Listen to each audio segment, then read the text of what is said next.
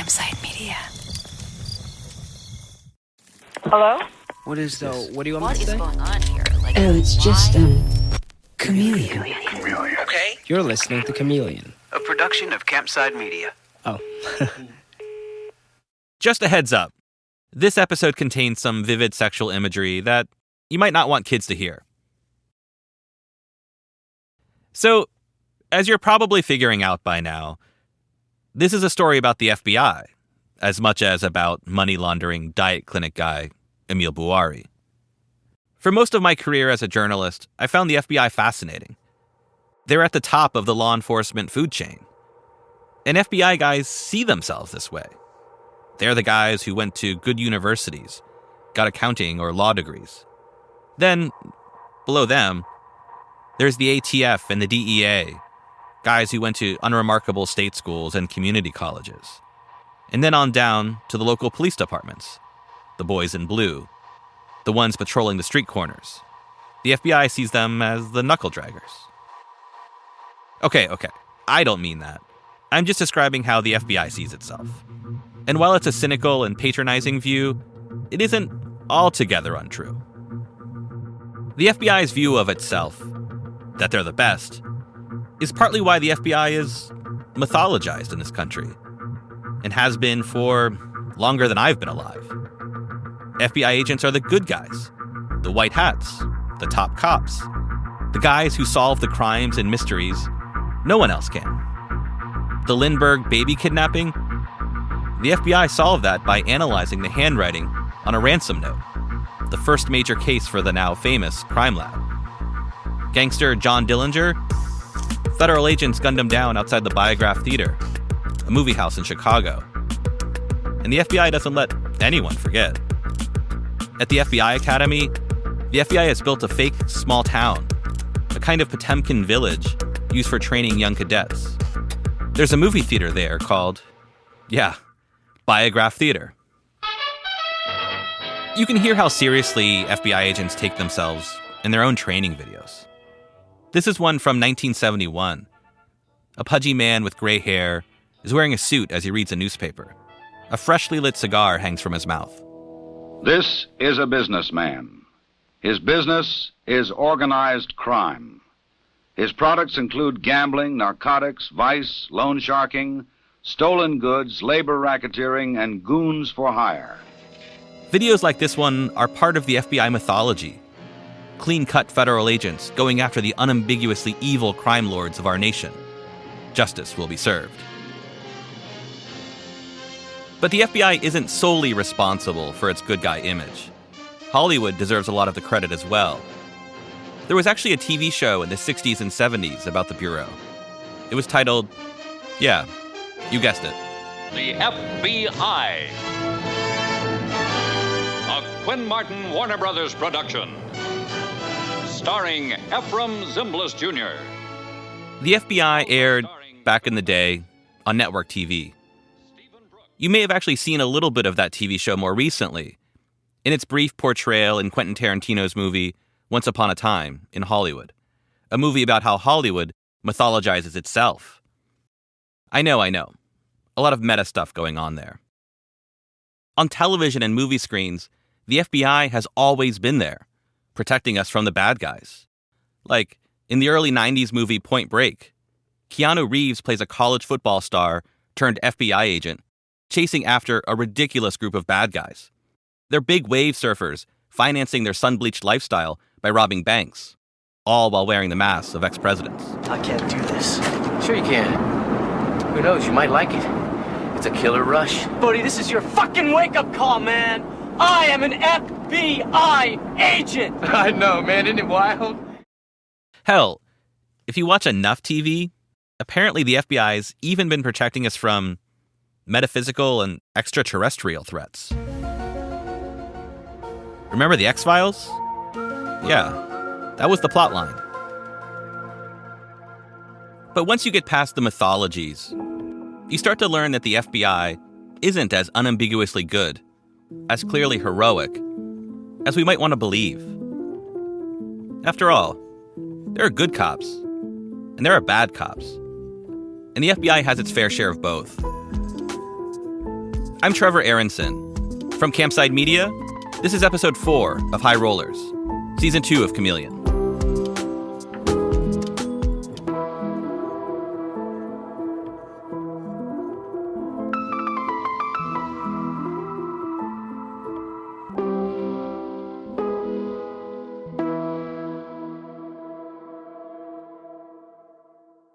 Chuck Rowe is the FBI agent running the whole Operation Botox sting. He's in the background, calling in from his office or his car, or watching from the sidelines. And Dennis Lau is the undercover agent who's doing the work in person. And Chuck and Dennis have a long history together. Unlike cops, FBI agents don't have partners, per se. You know, the fellow cop you go out with every shift. In the FBI, it's different. But agents do get paired up for periods of time, and they become friends of sorts. They come to know each other, to be able to anticipate how the other will behave in an undercover situation. That's the case with Chuck and Dennis. By the time they launch Operation Botox, Chuck and Dennis have been working with each other for years, all while doing intense undercover assignments. The two FBI agents share a sense of humor as a result. This is one of the recordings from Operation Botox.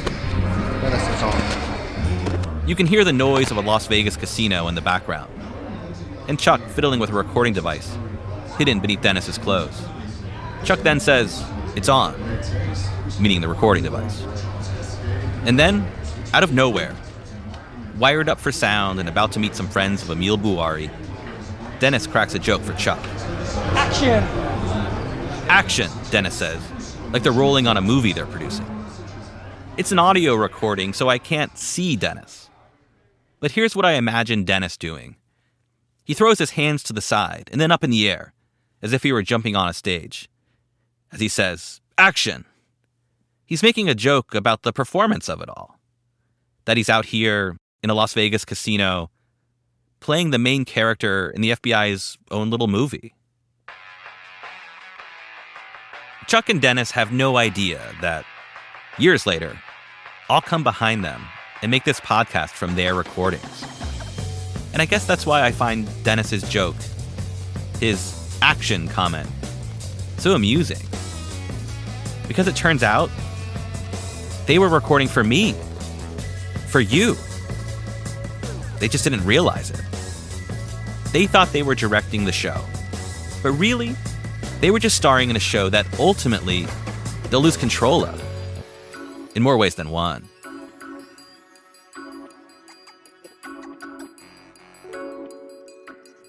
You've heard a lot from Dennis already, from the FBI's undercover recordings. He's smooth-talking, pretty unflappable, a jokester. Dennis has an athletic build, but he's slight. He wouldn't intimidate you in a dark alley. Chuck, though, is imposing. He grew up in Southern California and played football in high school. Chuck was a linebacker. Unlike most high school football players, though, Chuck wasn't well liked by his peers. "I wouldn't say I was popular," Chuck once said of his high school days. After college, Chuck joined the FBI in 1996. He worked his way up to become an undercover agent. So everything that happened with Emile, it isn't the first FBI sting where Chuck and Dennis put together a criminal conspiracy that was really questionable. They've been doing this shit for years, and not even in the US. A lot of people think of the FBI as working only in the US. They think just the CIA is for the overseas stuff. But FBI agents do operate in countries around the world. Overseas, they build criminal cases that can be prosecuted in US courts, or they try to disrupt global terrorist or criminal networks to further US interests. So before Chuck and Dennis heard of Emile Bouari and his circle of friends, they were among these agents. They were both assigned to the FBI's Asian Organized Crime Task Force. And for that task force, they went to the Philippines. In 2010 and 2011, Dennis and Chuck were regulars in Manila. Chuck's official reason for being there? To investigate gun smuggling. In the Philippines, Chuck's cover story was that he was a gun buyer for a Mexican cartel. Like all FBI undercover investigations, everything was secret until it ended up on the news. Here's a clip from television about this case. The jury trial of 3 Filipinos accused of weapons trafficking began in a federal courthouse in Los Angeles this morning. These guys, they're the ones Chuck and Dennis investigated. But the defense team says there's a bigger fish to fry. They say the agents were actually targeting a big-time weapon dealer. They also allege that undercover agents posing as a Mexican drug cartel weapons dealer entrapped the 3 men accused, whom they say are just gun collectors, and coerced them to smuggle the guns. So this is our story. I'm going to start with a guy named John Luttrell, who was a federal public defender in Los Angeles at the time. He was the lawyer who ended up accusing Chuck and Dennis, and the FBI as a whole, of entrapping the 3 Filipino men in a gun smuggling case. Back when I was a public defender, whatever case came in the door, you just handled. We used to have everything. There could be like drug cases, fraud case, any kind of case. This case was pretty interesting because it was an exotic case. It was overseas. It involved weird weapons and guns and explosives and stuff. So it was a pretty cool case. And at that point in my career, that's what I was looking for, is really cool cases. So it was assigned to somebody else, and I asked them if they would give it to me because I wanted to see what it was about. Just like with Operation Botox, this Philippines case started with an informant. Chuck and Dennis had an informant in the Philippines named Andy, who introduced them to an actual gun smuggler. That guy then sold them some Bushmaster rifles, which are AR-15 style assault rifles. And so he sold, I think, 16 machine guns to these guys, took their government money and just disappeared. They was never heard from again. In other words, Dennis and Chuck's sting went bust because the bad guy conned them and ran away before they could take him down. This is John Luttrell again, talking about Chuck and Dennis. So now these guys are holding 16 machine guns. They have no suspect and no case. And so they actually sort of get to their contacts in the Philippines. They say, we need another arms dealer here, because otherwise our like half a dozen trips to the Philippines and the thousands of dollars we've spent on various things are going to come to nothing. So we need something to show for this. So Andy, the informant working with Chuck and Dennis, gets the task of finding another arms dealer, a bad guy that can justify continuing the investigation in the Philippines. Andy starts reaching out to people in his social network, trying to find someone who can sell them guns. That leads to a Filipino guy, Cesar R.V. Urbaldo. I actually had a friend who had a workmate, and his workmate had a cousin, and his cousin had another friend who was actually contacted by the CI. Cesar R.V. Urbaldo goes by just RV. He's a nice, laid-back guy who's remarkably open to talking about embarrassing things in life, the big mistakes he's made. By CI, RV means the confidential informant. This guy, Andy. This cousin of a cousin's friend arranged for RV to meet Andy and Chuck at a strip club in Manila called Area 51. And I got in, there were drinks, and there were girls. Chuck had reserved a private room at Area 51, and he was paying several of the club's women to hang out, just with them. Now, Chuck wasn't using his real name. He was using an alias, Richard Hahn. FBI aliases are always generic and unremarkable. That's by design. Richard came to me and started talking and all this. So he was looking for weapons. And I said, you know what? Our primary business isn't about weapons. It's actually about defense equipment, armor, and all these things. And he kept insisting that, I need heavy stuff. I need heavy stuff. So I said, I'll see what I can do. But, I can't guarantee you anything. Those little beeps you're hearing? RV forgot to turn off his notification sounds as he recorded this interview. Anyway, Chuck, or Richard, called RV several times after this initial meeting, asking to be put in touch with someone who could sell guns. RV, a bit annoyed and also a bit intrigued by this guy, contacted another guy, Sergio Sayuco, who goes by the name Yogi. I knew he was in guns, but more like collector's items stuff. not really the regular, I want to build an army kind of gear. So these are like antiques, things you want to display in your house. So I said, let's give it a shot. This guy's, really bugging me anyway. So RV and Yogi arranged to meet Richard, at a hotel in Manila. Yogi had a gun to sell, an enormous, unwieldy rifle. Yogi said he wanted a ridiculous amount for the gun, $30,000. It was actually a 50 caliber hunting rifle. This was like a big ass rhino gun. So I was saying, hey, you know what? If you can sell it for 1.5 million pesos, so be it. And actually, Richard acquiesced, and he wanted to buy the gun. And I was like surprised that, is this guy for real, or he's stupid enough to buy this? The Philippines used to be a Spanish colony. They used pesos there. Anyway, after that gun deal, Chuck got Yogi's number.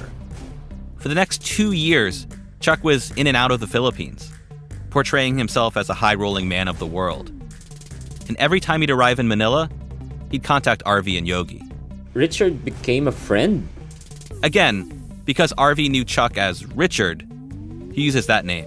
He was always acting like a big brother to me.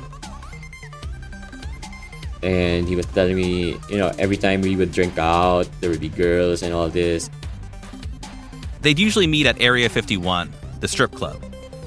It was named after the real Area 51, the classified U.S. Air Force facility in Nevada. Some people believe the U.S. government has experimented with alien technology there. But the other Area 51, the strip club in Manila, it was a neon-lit bar with tables inside and out. The dancers working for the club would hang out at the tables inside for money. When Richard, arrived at the strip club, he had a specific way of deciding which of the women would join him and his friends in a private room. He was saying, hey, here's some drinks. Whoever can drink the fastest gets to be my girl. And I think Richard was building a reputation in strip clubs that he was a big spender. So girls would be like, hey, pick me. And you know how it happens. RV and Yogi said they saw Chuck and his associates, all undercover agents, getting lap dances. As far as they knew, they were also having sex, as the strip club effectively functioned as a brothel. Here's what Yogi said about Chuck. Like he would tell about his bullshit sexcapade. Yogi said Chuck's sexual conquest stories always focused on one part of his anatomy. Well, two particular parts. When you say balls, that's his lingo. He'd love to use the word balls. His balls, that balls. Yogi, you'll make her suck your balls. But what do you have? When you have a fixation with balls? I said, you know what? I can join you guys, but I won't get the girl. One, because I have a girlfriend. Two, I'm not interested. So it's like, what are you, Yogi? What are you, gay? She'll suck your balls. This balls obsession? Yeah, it's funny and all, but I'm not including it here to be gratuitous. Chuck's reported obsession with his balls will actually be relevant later in this podcast, so take note. Okay, so whenever RV and Yogi would meet Chuck, it'd be at a strip club, with few exceptions. Yogi maintained the relationship, and he asked around among people he knew to have guns. If Chuck was willing to pay thousands for a rifle, how much more money could he get out of him? That was Yogi's thinking at the time. He came up with a mortar, and a mortar is like a tube that basically launches an airborne bomb. And it's a military weapon. This is John Luttrell, the Los Angeles lawyer, again. A public defender at the time, John was appointed to represent Yogi in the criminal trial. He says Yogi was giving Chuck all sorts of stuff. He came up with a mortar that was basically of World War II vintage. I mean, it's probably 50 years old. It looked like it had been through a war, and it, I'm sure, had. I have no idea whether it worked, but it was busted. He came up with a rocket launcher that looked like it came, it's something you'd find in Afghanistan in the 70s. There's maybe about a dozen weapons, and Chuck Rowe was looking for hundreds of actual military-grade rifles. He said, well, this is what I got. And Chuck Rowe said, okay, that'll do. RV and Yogi didn't know exactly where the guns were destined to go. They figured Mexico, since Chuck, as Richard, said he worked for a cartel. Arvy had to get another friend, a guy named Argel Revereza, to help with shipping and customs forms, something Chuck claimed they needed in order to expand the criminal conspiracy, even though, in fact, Dennis was the one who made all the shipping arrangements. Later, Chuck called Arvy, Yogi, and Argel. He said his bosses were so pleased with their guns that they wanted them to come to the United States to discuss future deals. The three guys felt like they had to go. After all, Chuck was with a Mexican cartel. Could they even say no? The cartel could come after them. I think at that point they were really scared. I know that they were really scared because at that point there was a lot of talking between the Yogi, Arvy, and Argel, who was the customs guy. Here's John Luttrell. They knew that something was wrong.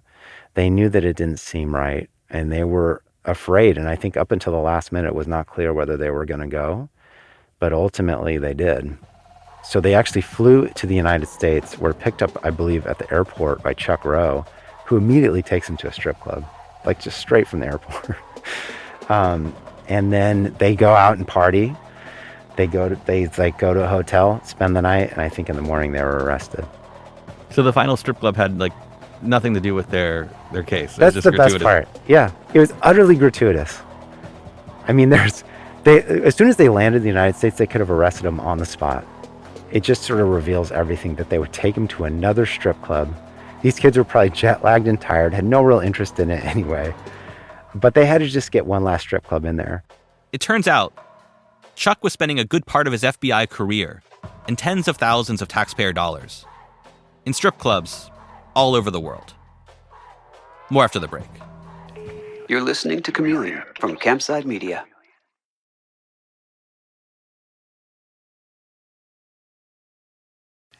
You're listening to Chameleon from Campside Media. Back in Los Angeles, John Luttrell, the federal public defender, was hearing from Yogi and Arvy about what apparently happened in the Philippines. That Chuck, Dennis, and the other agents were hiring strippers, and in some cases having sex with them, as part of their efforts to entrap the three Filipino men. So John, and an investigator with the public defender's office, traveled to the Philippines to look into the claims. John and the investigator went to Area 51, the strip club in Manila, and interviewed a woman named Diane. She was one of the employees. They showed her a picture of Chuck. Diane recognized the FBI undercover agent. She said Chuck preferred a woman named Natasha, whom Diane described as a simple girl, beautiful, who didn't speak much English. Diane claimed that Natasha said Chuck regularly had sex with her at Area 51. When she was shown a picture of Yogi, Diane remembered that he had come to the club with Chuck, and Yogi had sex with a woman named Precious. Diane said Chuck paid for everything. Between the time that Chuck was a frequent customer and the day that John and an investigator arrived, the Philippines National Police raided Area 51 and found 19 underage girls offering sexual services for a fee. I honestly think this is what this guy just wanted to do anyway. I think this had nothing to do with investigating the case. I think this had nothing to do with posing as an arms trafficker. I think this is literally, he was just using taxpayer money to just basically support his habits. Everybody knew him. He just picked girls, and then basically, all those girls were hired to have sex with whoever wanted to have sex with them. And, and Yogi went along with it. When John returned to the United States, he told the prosecutors about what he discovered. They didn't find the information concerning. And they told John that Chuck's activities were nothing more than what he needed to do to establish his cover as an arms dealer. In other words, he needed to act like a bad guy. So what I was always told by the prosecutors is, well, you can't be effective in doing that unless you blend in with the criminals. So, you can't expect Chuck Rowe to just walk up and start asking questions. He's got to blend in. He's got to take on a persona. He needs a fake identity. He needs a credit card. And he needs to act the way that organized criminals do. And these are the places that these guys go. And I'm like, okay, that has a certain facial appeal. But it was plain.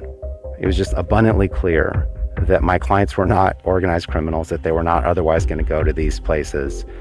And so there was no sort of operational purpose for him to be taking these young kids out and buying them prostitutes. Digging further, John subpoenaed the credit card records under the name of Chuck's alias, Richard. And much to my surprise, we were able to get those records. And what we found is that this guy is spending thousands of dollars every month on strip clubs all around the world. And not just in the Philippines, but here in the United States, in Vegas. And it completely obliterated this idea that this is an expenditure for a law enforcement purpose. This guy basically just had a blank check to buy booze and prostitutes for himself, and I don't think there was any accountability for it.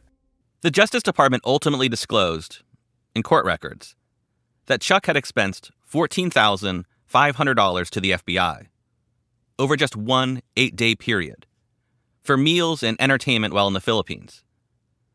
These expenses included $1,800 for a single night at Area 51. But despite the claims that Chuck had hired sex workers for other FBI agents, and Yogi, one of the defendants, the Justice Department moved forward with the trial. Chuck and Dennis both submitted signed court statements claiming they had no knowledge of any FBI agents having sex with Filipino dancers or paying for sex. But another FBI agent did admit, on the witness stand, to having sex with one woman who was working in a club. He said he gave her money, but claimed it wasn't for sex. The money, he claimed, was for the woman's sick father. You know, you look at this guy and he seems like a nice guy, a reasonable guy. He had a long career in the FBI, I think. This is John Luttrell again. And he just got on the stand with a straight face and he said, look, yeah, I met this girl at one of these places. Yeah, you know, we went to her place and yeah, we had sex. And yeah, I paid her, you know, money, but I don't consider that prostitution. And it was preposterous. But I guess that's a window into two things. One is, it's very possible that these guys deluded themselves into thinking they weren't paying for sex. That's ridiculous. No one who is a law enforcement officer should be that stupid or naive. But two, it goes to the lengths, the way that they've sort of normalized lying about this. That this guy would feel comfortable getting on the stand under oath and giving that explanation was creepy. Because it tells me if he's willing to do that, then what are the other agents willing to do? And how can anybody count on anything that they say? Despite the defense lawyer's efforts to show the FBI agents' misbehavior in the case, the jury found Arvi, Yogi, and Arjul guilty. Arvi was sentenced to 5 years in prison, Yogi to 7 years, and Arjul to a little more than 4 years. All three men have since been released and are back in the Philippines. But Chuck's behavior in the Philippines got back to Washington and captured the attention of a U.S. senator. More after the break. You're listening to Chameleon from Campside Media.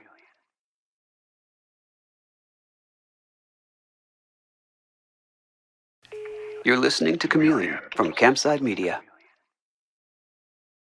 Before the trial of the supposed Filipino gun smuggling ring began, John Luttrell filed a motion documenting the allegations that Chuck had hired sex workers for himself, other agents, and Yogi, one of the defendants.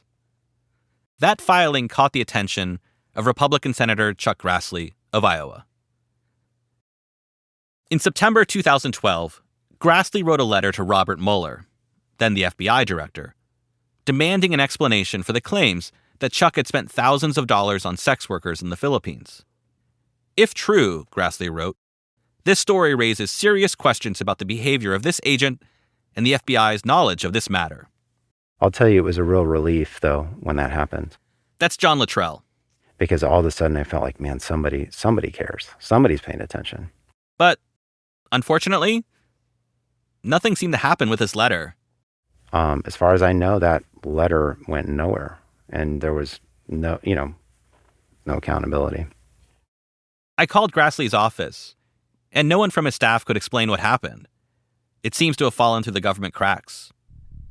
So they were initially interested, but that's all.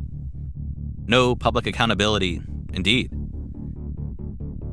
And that's just the way it seemed to go with Chuck and Dennis. When I talked to John Luttrell, he said he ran into them out in Los Angeles, around the time of the trial. I remember walking into a bar that was just down the street from both the court and the public defender's office and seeing Chuck Rowe and Dennis Lau sitting at the bar. And this was like early afternoon, and they're drinking. And I saw them, and immediately, I'm looking the other way because these guys are scary. They go from having this conversation, and he looks at me, and this sort of look comes on his face, and it's like a lively, like engaged look. And it's hard to describe what it looked like other than to sort of describe how it felt to see it. And what it felt to me, he was projecting this air of invincibility. Like, I can do whatever I want to do, and there's nothing you can do to stop me. And what's interesting is Chuck Rowe has one way of doing it, and it's just sort of like a jovial, it's almost like, look, I'm playing the game and I'm winning, you can't stop me. But it's cheerful. It's like, I'm invincible. Dennis Lau, on the other hand, is standing next to him. He had a much more serious expression on his face, and it was conveying the same sense of invincibility, but it was harder and darker. And look, like, that could be just me projecting onto them. I'm sure it is. But it really symbolized what was happening, because every day we were walking into that court, and every day I knew what they were doing, and I think the prosecutors knew it too, and they still knew that they had the edge, and the truth didn't really matter. The allegations against Chuck, and to a lesser extent Dennis, didn't appear to affect their careers. They both stayed on at the FBI as undercover agents. Dennis remained at the Los Angeles office. Chuck moved to Las Vegas. Then, and you know the story from here, a Moroccan-accented man named Michel goes to the FBI and says he knows a local businessman who's willing to launder money. So you ready? Is that good? Yeah, we're good. Yeah.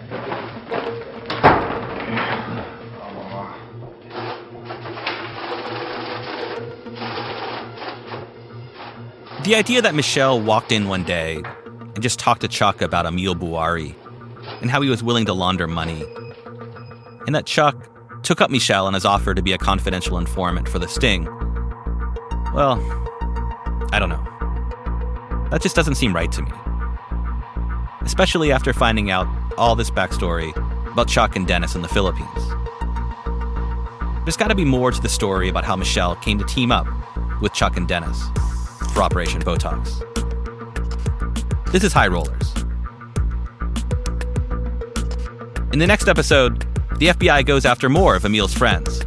Erectile dysfunction guy here, very profitable. You buy the doses for $6 and sell them for $25. The FBI guys tell themselves they're the bad guys.